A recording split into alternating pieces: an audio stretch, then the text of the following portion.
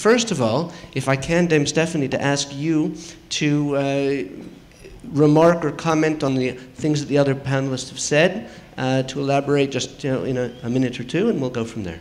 I'd like to comment on the corporate social responsibility, because so much of my life was spent in a corporate world.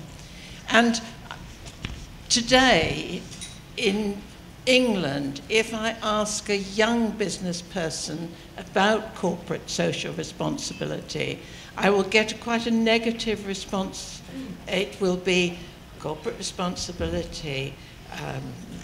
They make me feel very old. And then I ask, well, tell me about your business.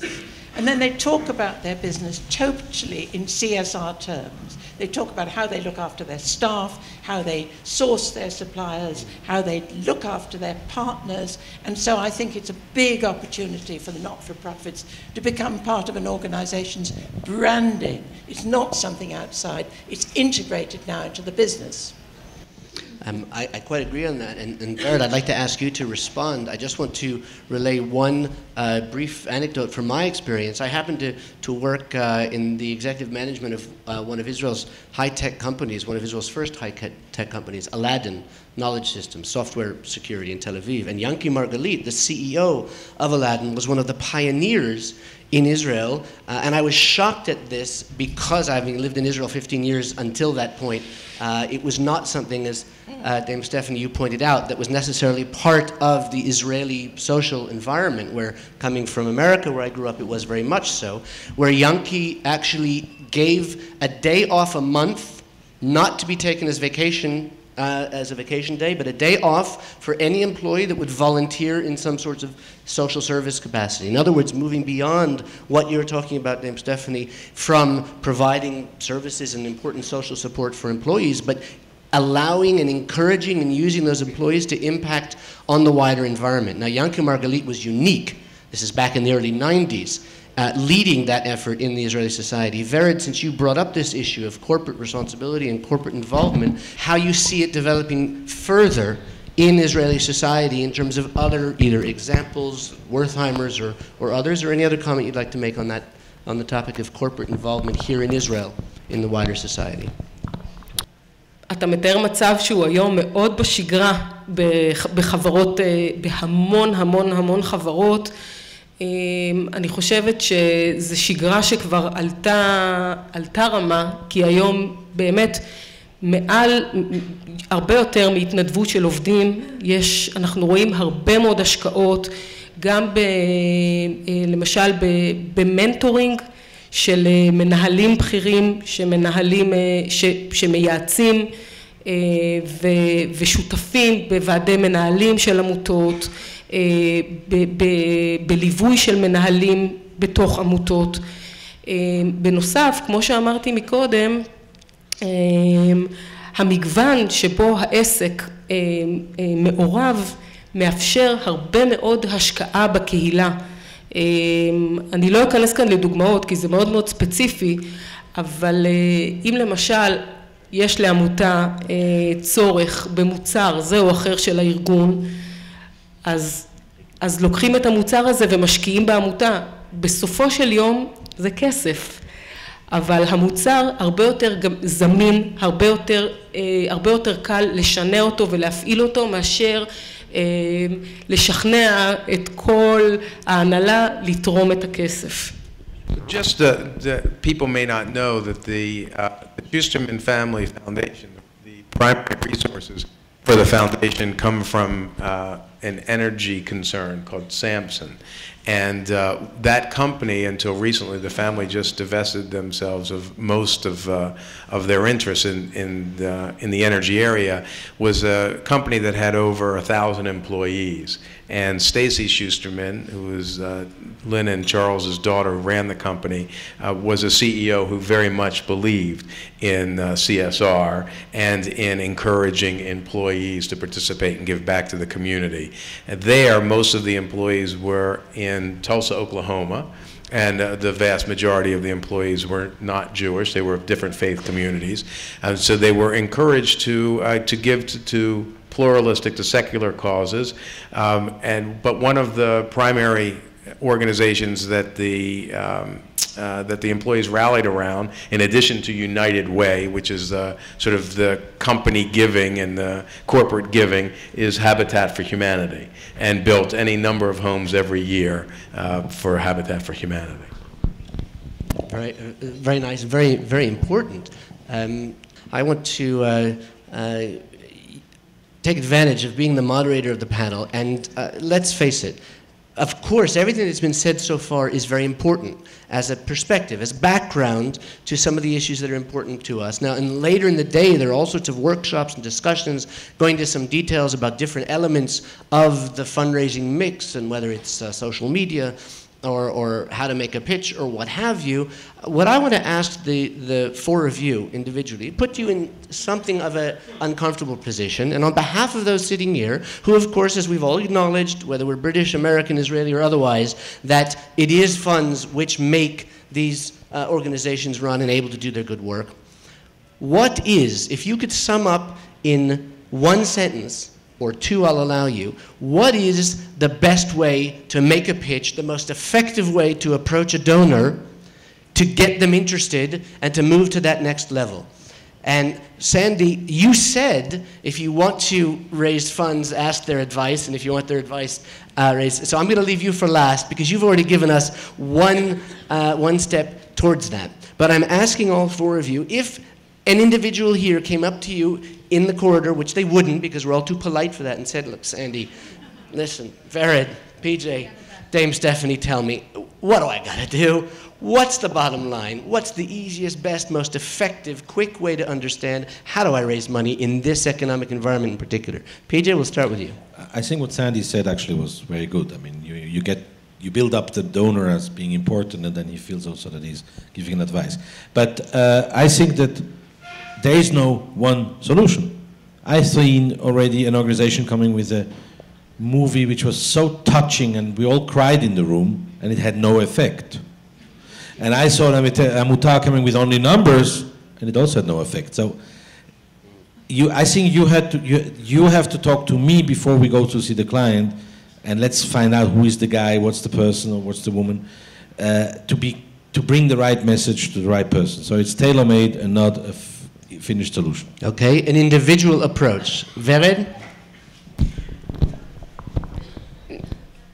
מבחינתי כמה דברים. קודם כל להיות בנושא. עוד פעם, לבוא בידיעה שזה נושא שמעניין אותנו, שזה תחום שמעניין אותנו ורלוונטי. אני אומרת אותנו, זה עוד, כמו שאמרתי מקודם, לכל עסק יש היום אג'נדה חברתית שאותה הוא מנסה לקדם. אין טעם לבוא אם זה לא תחת האג'נדה. והדברים המעניינים, אין להם נוסחה. הם באמת משתנים והם תלויי מקום, זמן ועניין. Okay, and just to summarize, you're saying know if it's a corporate pitch, as it were, know who you're talking to and know what interests them. And even though there's no one simple answer, as PJ said, it's all individual, at least know the corporation has an interest in your general field of endeavor. Absolutely. Sandy? Well, I think, and as they say in real estate, it's location, location, location. In this instance, it's know your donor, know your donor, know your donor. Okay, so again, personal understanding. But it's not what you say, but how you listen to the donor. What is the donor's interests? Don't put a pitch until you really understand what motivates them. Dale Carnegie wrote a book almost 100 years ago, which many of you may be familiar with, called How to Win Friends and Influence People. Now, we're not here to talk about the how, but let's focus for 30 seconds on the title to understand how I think we can summarize this approach that Dame Stephanie also talked about. It doesn't matter, as I said in my introductory remarks, what your product is, if you're selling it, what your project is, even if it brings you to tears, what your idea is or what your content is. What matters most important is, and Sandy said this in his introductory remarks, that personal relationship that you create with the potential donor, whether it's a corporation and the leaders of that corporation, or a foundation and the leaders of that foundation, or an individual who's a private donor.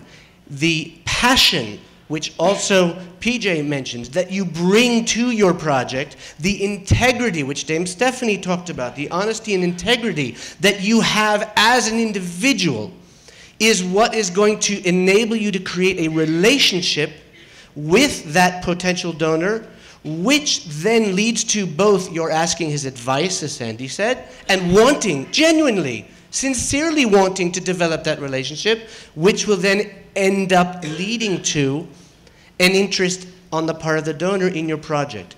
What Dale Carnegie said cannot be repeated enough or emphasized, and it doesn't matter whether you're talking about your relationship with your spouse or your kids, whether you're trying to sell a product or an idea in advocacy work, or our work with journalists at Media Central, where our work is based not only on the services we provide, but on the relationships that we build with the journalists, and certainly for you looking for funding and partnerships. It's those personal relationships that end up, as Dale Carnegie said, you want to influence somebody, affect their opinion, motivate them to action, you need to be friends first, which is another way of saying you need to have a relationship. Johnny, you have the microphone.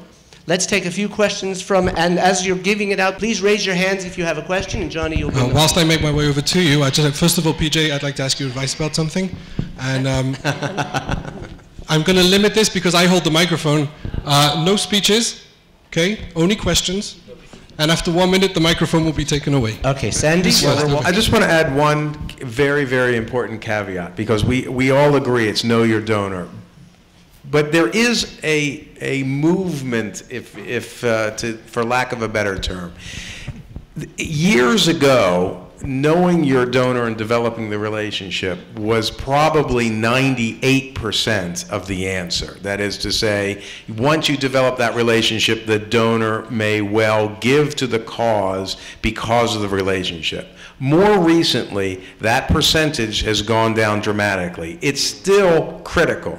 But in this day and age, being able to demonstrate or being able to articulate and provide evidence of impact, that is, of the outcome of whatever it is that you're trying to do, is exceedingly important. So where, again, it used to be 98%, 95, 98%, it's much lower today, where the relationship is critical. But if you're not articulating a particular strategy that has evidence of results, it's going to be very, very difficult to raise the money. Clearly, there's an important connection between that personal relationship and the ability to deliver on the project that's being promised. Vera, do you want to add one last comment, and then we'll go to our first question. אני רוצה להוסיף עוד נקודה שככה חשוב לי מאוד מאוד להעביר אותה, ואני חושבת שאני יכולה לתמצת אותה במילה אחת, וזה נקרא סבלנות. אני חושבת שאנחנו בהשקעה חברתית של קבוצת פישמן, בתחום שבחרנו בו, אנחנו שם בשביל להישאר. ופרויקטים, יש זמן שמציגים אותם והם לא מתאימים, ואחרי שנה או שנתיים או שלוש הם בשלים יותר, וצריך סבלנות, לא לוותר. אם יש לעמותה רעיון טוב, ובסופו של דבר יגיע למשקיע החברתי הנכון. ואני יודעת מניסיון שלי, שיש ארגונים שאני שנים איתם בקשר, ובסוף מבשיל הפרויקט, כי יש את התזמון הנכון ויש את היכולות המתאימות, וזה משתלב במסגרת התוכנית העבודה, וניתן לבצע את זה. Without question, and just a simple translation, looking at issues of long-term relationship building and having the patience to recognize that that is what eventually brings you to fulfilling that relationship. Yeah. Can you identify yourself, please? Yes, I'm Carl Percal. I'm from SIKUI, the Association for the Advancement of Civic Equality in Israel. So I won't make a speech, although I always could. My question is this. In recent years, both in the United States and in the UK, we've seen the creation of a Jewish framework called the Task Force, the Interagency Task Force, which has set as its goal an examination and engagement with the Arab citizens of Israel and their issues vis-a-vis the state, their economic status, political status, social status. So this has been changing, and anybody who would examine the patterns of Jewish funding would also see that Jewish funding is also changing, and if once we thought that Jewish funding for Israel meant helping Jews only, that's also changing. My question is whether in your personal, the panel members, in your personal experience, has there been some change in the way, in recent times, in the way you perceive the need or the interest in engaging with the Arab citizens of Israel, specifically in the area of funding and philanthropy? Thank you. I think there has been a change. I think that the recognition sort of the importance of the civil society of Israel as a society, not just as the Jewish homeland, is something that has affected our philanthropy over the years. Most, because we're so focused on the strengthening of Jewish identity of young Jews, it's had less of an effect on our foundation than perhaps on colleague foundations and peer foundations. But I know in our work, as Aryeh mentioned, in our work with the Jerusalem Season of Culture, we take a look and we're considering Jerusalem as a whole, every segment, every sector of Jerusalem, and there are of course great challenges in working with certain sectors in Jerusalem, but what we try to do every day is to get up and broaden the participation in that effort as much as possible. The second area where it has affected our philanthropy is because we have focused so much on young adults and young adult leadership through the ROI community and others. We're in a position where we need to be supportive of the issues and concerns of the people that we're trying to help, that is to say, the young adult leaders. And to the extent that the issues and concerns of the young adult leaders are a broader set of issues than just the strengthening of Jewish identities, we need to be involved in them and we need to be supportive in those issues as well. Oh, fair enough. Anybody else, or should we move to the next question? PJ? Just a little thing. It's interesting that you are raising the topic. I mean, obviously, Israel gets older, and we are noticing that we also have to deal perhaps with all our citizens. My family, we, interestingly enough, I think after the Zionistic giving of Keren Hayesod and Keren Kayemet, since we are more focused, we're actually giving to cultural projects and to First Aid, so the Israel Museum and Yad Sarah, which both organizations actually service the entire Israeli society. I think that we are maturing and knowing that we have to deal with the society as a whole and not only pinpointed that our Jewish community of Ashkenazim Yekim, we can also help the Mizrahim and we can also help the Arabs and we want to be one Israel, one country. Okay, thank you, PJ. Hi, I'm Frida Horowitz. I'm Assistant Director of Moetzet Yachad, an organization that works in creating effective partnerships among all streams of Jews to create common solutions. My question to you is what plagues most Amutot, and I've worked for a number. You've talked about collaborative relationships. Every Amutah is worried that if it comes together with another Amutah, they will get less money in the end instead of more. I'd be interested in hearing a possible solution that will make it more attractive for Amutot to get together and create a leveraged collaborative presentation to you for funding. Okay, thank you for the question. Start with Vered in Hebrew. מבחינתנו, אני מצגת כרגע רק את עצמי, אוקיי? כמנהלת אחריות תאגידית והשקעה חברתית של קבוצת פישמן. אני לא דוברת פה של אף מישהו אחר בתפקיד שלי. כמה שיותר שיתופי פעולה, זה השורה התחתונה, האפקטיביות שכולם מדברים עליה, היא לאין ארוך טובה יותר מאשר שעובדים מול כל ארגון בנפרד, בסופו של דבר לאותה מטרה. אנחנו בעצמנו, במסגרת העבודה, ככל שאנחנו פוגשים יותר ויותר עמותות, אנחנו הרבה פעמים בעצמנו עושים שיתופי פעולה בין עמותות, כי הלקוח הסופי של העמותות הוא הרלוונטי, ואליו צריך להגיע עיקר המאמצים, וכמה שיש יותר שותפים בדרך, בסוף הוא בעיניי מקבל הכי פחות. Yes, I actually moved my own personal donation, and instead of giving money to Amutot, I actually match Amutot. I became a matchmaker. I match Amutot and say, why don't you meet each other? Because you are doing A, B, C, and he could do D, E, F, and together we already have 6 letters. So let's move together and do it together. You have the same matarot. You both have difficulties raising money. You all have, but you have the same vision. So let's get together and you can build up together. Dame Stephanie?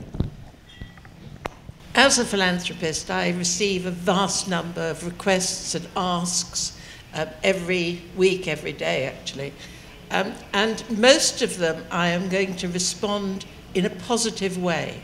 I start my letter saying, how wonderful to hear what you're going to do. Thank you for what you're doing. But then it finishes up with a but. But in the next city, there's somebody doing something very similar. Have you met them? And I do a lot of this matching. And only 1 in 100 do I actually fund. But always this flow of encouragement to work together. I also, in my keynote, talked about sharing back offices where you really have some major changes and you can show the potential donor that you are working efficiently as well as effective. I think that efficiency then speaks also to what, Sandy, you were saying about the ability to show results. I'd like to add one comment, my 2 cents from my personal experience. There's a concept in business called co-opetition, meaning there are businesses, for instance, those who formed what's called the USB Forum. These are companies that are peripheral makers like printers, computers, what have you, who work together to provide a common standard of interaction between them, which benefited all of them. Now, they were competitors, but they were working together. Now, what we have to understand, I think, pulling together all of the themes that are being mentioned here is the importance of finding a way. I know in my business career, I learned very early that you have to have your own niche where you are expert, and that's what's going to enable you to succeed. But at the same time, you have to recognize how that niche fits into a larger picture. So for instance, at Media Central, where we have a radically different approach to providing services for the foreign press who are based in Israel, and that is a unique approach, and we're very proud of that uniqueness. We've been very effective with it, but we work in conjunction as a project of honest reporting with other honest reporting units, of course, who are also focused on promoting accuracy in the media. And we also use content from the Israel Project, and we do joint efforts with Stand With Us and the David Project and the Ministry of Foreign Affairs and what have you. The interaction between all these groups, or APAC, or BICOM, or the ADL, or the AJC, it doesn't matter what those groups are. If you have a unique selling point, and you can prove how your cooperative efforts bring you to greater effectiveness, for instance, where I can show that an APAC or AJC or the Israel Project or David Project information has gotten into the hands of a journalist in a way that it wouldn't have otherwise if we hadn't been having that relationship with the journalists and providing services for them, I know that we're achieving our ends. My donors who support our work and the work of the Israel Project or the David Project or Stand With Us or APAC know also that what we're doing is we are helping them in their efforts to have all of those groups succeed together.